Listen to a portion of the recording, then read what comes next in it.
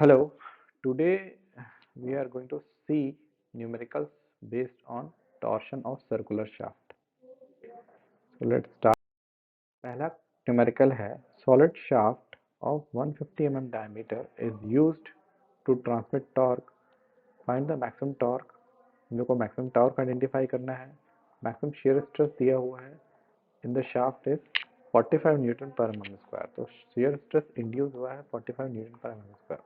Now अब generally यही formula use होगा that is T is equal to 2 pi pi pi by 16 D cube into tau. हम लोग simply tau की value यहाँ पुट करेंगे, डी की वैल्यू पुट करेंगे 150 जो दिया हुआ है, और T that is torque we will get from here that is 298,20586.52 newton M. अगला क्वेश्चन है, इसमें दिया हुआ है solid shaft transmit 100 kilowatt at 150 RPM. Determine the suitable speed of the shaft if the maximum power transmitted exceeds the mean by 20%. मतलब जो maximum torque होगा वो मीन टॉर्क से, एवरेज टॉर्क से 20% इंक्रीज हो रहा है इन ईच रेवोल्यूशन. तो शेयर स्ट्रेस मैक्सिमम लिमिट रहेगी शेयर स्ट्रेस की 60. उसके बाद दिया है also find the maximum angle of the twist in a length of 4 metre of shaft 6, और शाफ्ट की जी की value that is modulus of rigidity दी हुई है 80 GPa. ये गिवन डेटा है. नाउ आइडेंटिफाई करना है शाफ्ट के बारे में कि शाफ्ट का डायमीटर कितना है. जनरली यही फॉर्मूला यूज करेंगे, P is equal to 2 pi NT by 60. यहाँ से सिंपल टॉर्क निकलेगा. इस टॉर्क को निकालने के बाद 20% इंक्रीज हो रहा है हर बार एक बार 20% इंक्रीज हो रहा है T की वैल्यू में. तो अगर 20% इंक्रीज हो रहा है तो इस वैल्यू में, तो इसको हम लोग निकाल सकते हैं 6366 इंटू 1.2 से. इसके बाद वैल्यू फर्दर जो टी मैक्सिमम वैल्यू मिला that is 7.639 into 10 to the power of 6. Now इसके बाद हम लोग को निकालना है मैक्सिमम एंगल ऑफ ट्विस्ट. तो इसके लिए सबसे पहले diameter was remaining, diameter shaft diameter that is ये निकल जाएगा आपका tau is equal to 16t pi D cube से. इस tau is equal to 16t pi D cube से यहाँ आपका डी की वैल्यू ही अनआइडेंटिफाइड है. टी वैल्यू अभी हम लोग रिसेंटली मिला दिस वन, और टाउ जो इनिशियली हम लोग को गिवन था दैट इज 60. तो ये है 60 टाउ का, और इसी को हम लोग यहाँ रखेंगे, इससे मिल जाएगा टाउ.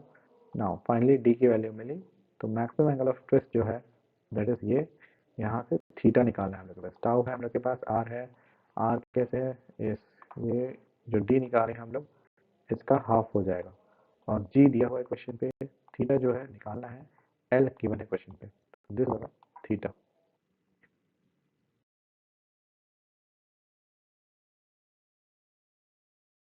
नाउ ये क्वेश्चन दिया हुआ है, इसमें है एक hollow circular shaft of outer diameter दिया है और इनर डायमीटर दिया है. आउटर डायमीटर दिया है 20, इनर डायमीटर दिया है 10.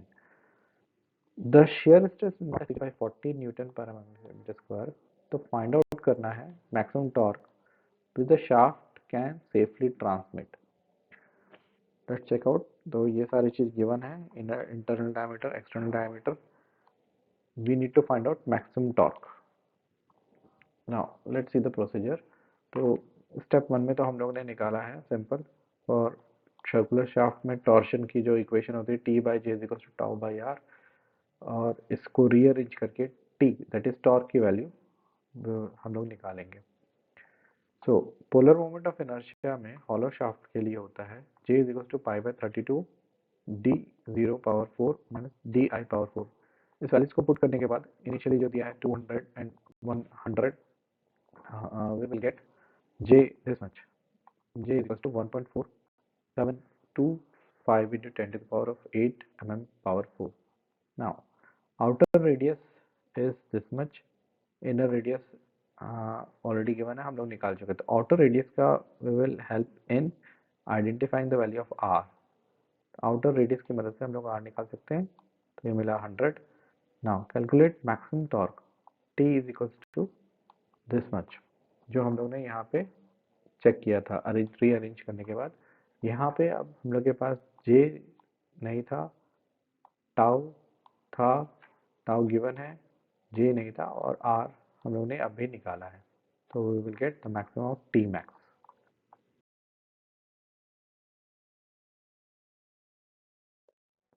एक और क्वेश्चन है, जैसे इसमें दिया हुआ है determine the shaft diameter of solid circular shaft which will transmit 90 kilowatt power at 160 RPM. तो दिया हुआ है शाफ्ट का power and RPM, determine the length, length निकालना है, if the twist must not exceed 1 degree over the entire length, मतलब 1 degree ही जो twist होगा थीटा की वैल्यू 1 डिग्री ही होगी। Maximum shear stress is limited to 60 newton per M square and modulus of rigidity दिया हुआ है 8 into 10⁴ newton per M square. तो ये सारी वैल्यूज गिवन है। इसके बाद इनिशियली जैसे डायमीटर निकालना होता है, अगेन आपके पास पावर है, तो पावर की मदद से आप टॉर्क निकालिए। सबसे पहले तो टॉर्क मिला हम लोग को 5371.4 8 इंटू 10⁻³ न्यूटन एम। अब यूजिंग दिस फॉर्मूला, इसी फॉर्मूले की मदद से आपका टॉर्क आपके पास है, टाउ गिवन है, डी डायमीटर निकल जाएगा।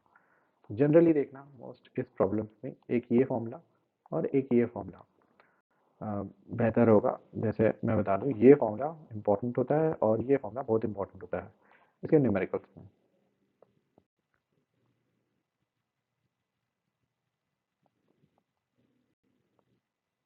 ना यहाँ से डी मिला हम लोग को 76.96।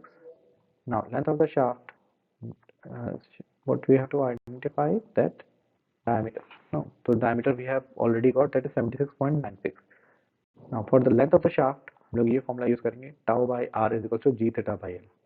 तो दिस इज योर एल की वैल्यू, यहाँ पे सारी वैल्यूज है, ये है, टाउ है, आर है, जी है, थीटा है। थीटा हम लोग पाई बाय 180 करेंगे क्योंकि ऑलरेडी जो दिया हुआ है ये रेडियंस में है, सॉरी डिग्री में है, तो we will convert this into radians, इसलिए पाई बाय 180।